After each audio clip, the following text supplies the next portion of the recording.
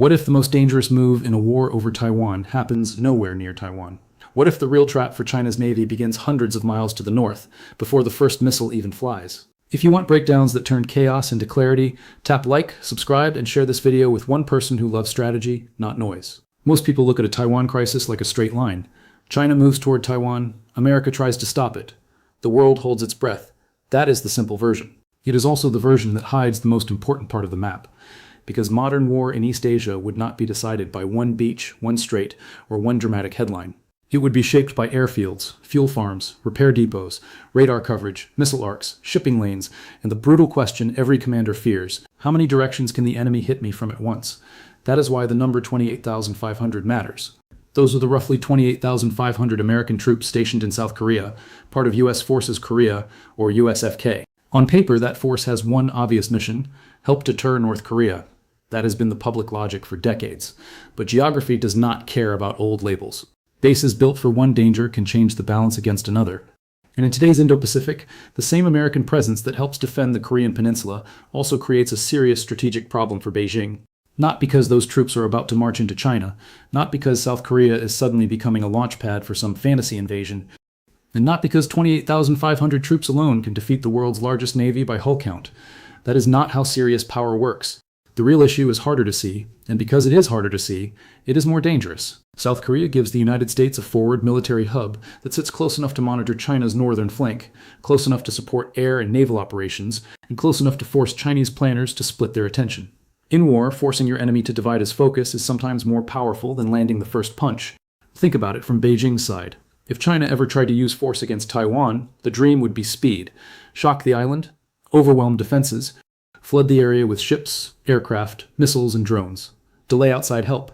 Make the world believe the outcome is already decided before anyone can reverse it. That kind of operation only works if the attacking side can narrow the battlefield. But South Korea helps do the opposite. It widens the battlefield. And once the battlefield widens, China's Navy is no longer thinking only about Taiwan. It has to think about the Yellow Sea. It has to think about surveillance from the north. It has to think about American air power launching from Korean bases. It has to think about logistics hubs that keep U.S. forces fighting longer. It has to think about the first island chain connecting South Korea, Japan, and the Philippines into one ugly strategic puzzle. That is what people really mean when they say China's Navy could be caged, not trapped by a literal wall. Trapped by geography, Allied positioning, and the constant risk that every route into the wider Pacific could be watched, threatened, or contested. The center of that northern pressure is Camp Humphreys. Officially, it is the headquarters for 8th Army, the 2nd Infantry Division, and a major hub for U.S. Forces Korea. In plain English, it is not just a base, it is an engine room. It is where command, sustainment, and combat power come together. And because it sits in Pyeongtaek, south of Seoul, it connects directly to ports, airfields, and the wider military network that Washington would need in any fast-moving regional crisis. That matters because the first days of a war are usually described in terms of missiles and explosions.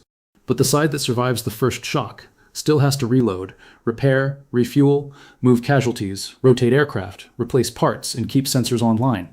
A military that cannot sustain itself becomes a loud machine that burns out. America understands this. It has spent years building not just frontline striking power in Asia, but the plumbing behind it. And military plumbing wins wars more often than dramatic speeches do. Camp Humphreys is part of that plumbing. So is Osan Air Base, where the 7th Air Force is headquartered. That is the command responsible for planning and directing air operations in South Korea and the broader Northwest Pacific in support of multiple Allied commands. Again, the label sounds technical. The effect is not. Air power from the Korean peninsula creates a major planning headache for any Chinese commander trying to focus entirely on Taiwan. Imagine you are running a large naval operation. You want your ships protected by aircraft. You want your missile units focused. You want your logistics lines secure. You want your movements hidden for as long as possible. Now imagine there is a powerful U.S. air structure to your north, sitting on bases that already exist, under commands that already train, with Allied forces that already know the terrain. Suddenly every map gets more crowded, and crowded maps are dangerous maps. The same is true in the intelligence battle. Before wars become visible, they are often contests of seeing and being seen: radar, signals, satellite links, drone feeds, electronic warfare, timing, prediction, pattern analysis. The force that knows more, earlier, usually kills more, faster. South Korea sits inside that intelligence contest in a way many casual observers underestimate. The Korean peninsula is close enough to Chinese naval activity, air activity, and missile infrastructure to matter in a Taiwan scenario. especially when combined with Japanese, American, and space-based surveillance. Add missile defense radars, air patrols, naval patrols, and allied data sharing, and you get something Beijing hates: less room for surprise. And surprise is oxygen in any fast assault plan. If you remove enough oxygen, even a stronger force starts gasping. This is why the argument is not really about troop count in the narrow sense. 28,500 troops is a symbol of presence, but presence is only the starting point. Behind that number is a bigger system: command centers, air wings, missile defense assets, repair networks, stockpiles, training patterns, alliance coordination, and the political fact that American forces are already on the board before the crisis begins. That last point is crucial. Reinforcements are important, but prepositioned forces are different. They do not need permission to arrive. They do not need time to cross an ocean. They are already there. They shape calculations before the first order is given, and that is where deterrence gets interesting. The best kind of deterrence is not always the threat of total destruction. Sometimes it is the threat of total complication. If Beijing believes a Taiwan operation would stay clean, fast, and localized, the temptation grows. If Beijing believes the operation would instantly expand into a regional contest stretching from the Yellow Sea to the Luzon Strait, the cost calculation changes. South Korea helps create that larger fear. And it does so not alone, but as part of a chain. This is where the story gets even bigger. Because South Korea is not an isolated piece on the board, it is one part of a wider American-led military architecture in the Western Pacific.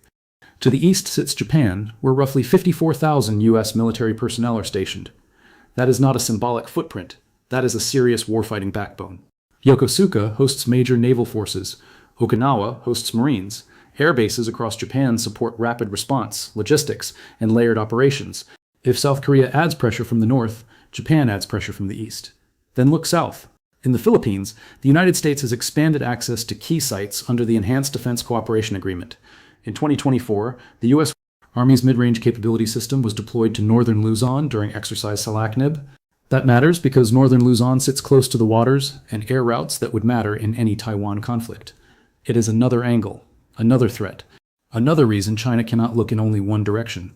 And behind all of that sits Guam, the deeper rear hub for bombers, submarines, sustainment, and the long war if deterrence fails. This is why the word cage is emotionally powerful, even if it is not literal. China's navy does not need to be surrounded on all sides to feel constrained. It only needs to face a set of choke points, surveillance belts, missile threats, submarine risks, and allied bases that turn free movement into costly movement. The first island chain is the basic skeleton of that problem. South Korea and Japan anchor the north. Taiwan sits in the middle. The Philippines help shape the south. None of these points alone seals the Pacific. Together, they complicate Chinese access to it. And for a navy, access is life. A fleet that cannot move confidently into open water loses flexibility. A fleet that loses flexibility loses initiative. And a fleet that loses initiative becomes reactive. That is a bad place to be, especially if your war plan depends on tempo. If this video is sharpening the picture for you, hit like, subscribe, and send it to the one friend who always says geopolitics is boring, right before getting obsessed with it. Now here is where the emotional core of this story really kicks in. For years, the world has talked about Taiwan as if Taiwan were the whole story. It is not. Taiwan is the flashpoint, yes. But the bigger struggle is over the operating system of Asia. Who can move? Who can supply? Who can watch? Who can endure? Who can close sea lanes? Who can reopen them? Who can stay in the fight after day 3, day 7, day 20? That is why South Korea matters so much. It is not the center of the political narrative, but it may be one of the most important centers of military endurance. And Beijing knows that. Chinese planners do not just see Taiwan. They see the map around Taiwan. They see U.S. bases in Korea. They see Japan's southwestern islands. They see alliances getting tighter. They see missile deployments, joint drills, anti-submarine patrols, intelligence integration, and the slow tightening of a regional system built to make expansion harder. That does not mean China is helpless. Far from it. In fact, one reason the region is so tense is that China has spent years building exactly the kind of military power meant to break this problem apart. Its missile forces are central to that effort. Systems like the DF-21D and DF-26 are famous for a reason. They are designed to hold ships and distant bases at risk and to push American power farther back. China has also expanded its naval fleet, built more amphibious capacity, fielded advanced fighters, invested in long-range sensors, improved submarine operations, and practiced blockades and encirclement exercises around Taiwan. It is also thinking in layers. If the United States wants to use forward bases, China wants the power to strike or suppress those bases. If the United States wants to move carrier groups closer, China wants missiles that make that approach dangerous. If America wants a smooth alliance network, China wants political pressure, economic leverage, cyber disruption, and gray zone friction to weaken that network before war even starts. That is why this entire contest is not a simple story of one side locking the other inside a box. It is a race between a closing net and a force trying to cut through it. And this is where South Korea becomes even more interesting, because it is not just hosting American troops. It is also building serious military power of its own. South Korea has been modernizing across air, sea, missile, and intelligence domains. The KF-21 fighter program is one sign of that ambition. So are new destroyers, stronger missile defense layers, expanding surveillance capabilities, and broader interest in long-range strike and independent reconnaissance. Seoul's military planning is still focused first on North Korea, and that should never be forgotten. But capabilities do not exist in a vacuum. Once built, they shape the regional equation far beyond the original mission. From Beijing's perspective, that means the northern edge of the first island chain is no longer just a U.S. platform. It is a more capable South Korean platform tied to a U.S. alliance. That is a different level of problem, because now the pressure is not just American, it is allied. And allied pressure is harder to neutralize. You can threaten one government, it is harder to intimidate 5 at once. You can jam one system, it is harder to blind a network. You can track one fleet. It is harder to predict multiple launch points across several countries. This is the hidden power of alliances in modern war.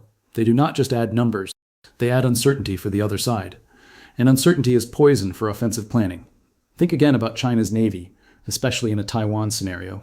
To isolate Taiwan effectively, China would need not just ships, but confidence. Confidence that its air cover can hold. Confidence that ports and coastal bases can keep feeding the fight. Confidence that American and Allied submarines will not bleed its surface fleet. Confidence that the exits to the Pacific will remain usable.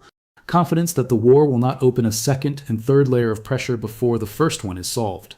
South Korea chips away at that confidence. Not dramatically, not with one headline, but steadily, structurally, and in exactly the places that make generals lose sleep. There is another reason this matters.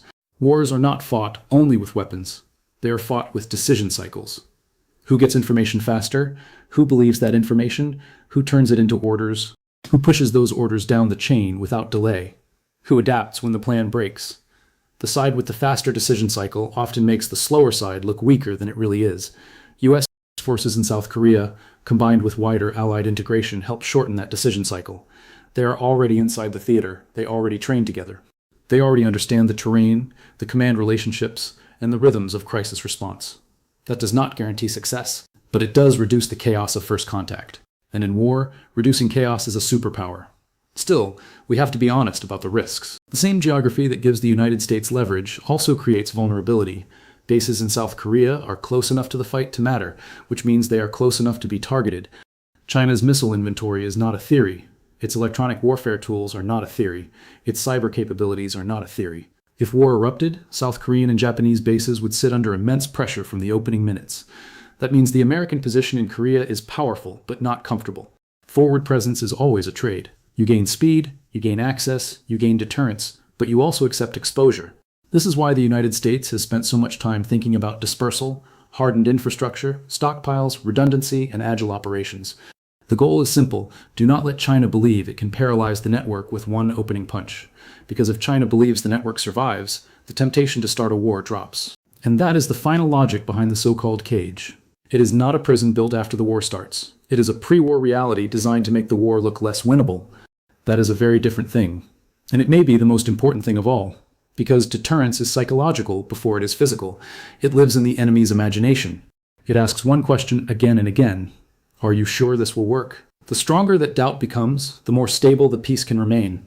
But there is one more layer, and this layer is what makes the whole picture feel so heavy. China does not need to invade Taiwan tomorrow to test this architecture. It can probe it slowly, it can pressure Taiwan with aircraft and ships, it can push gray zone operations in nearby waters.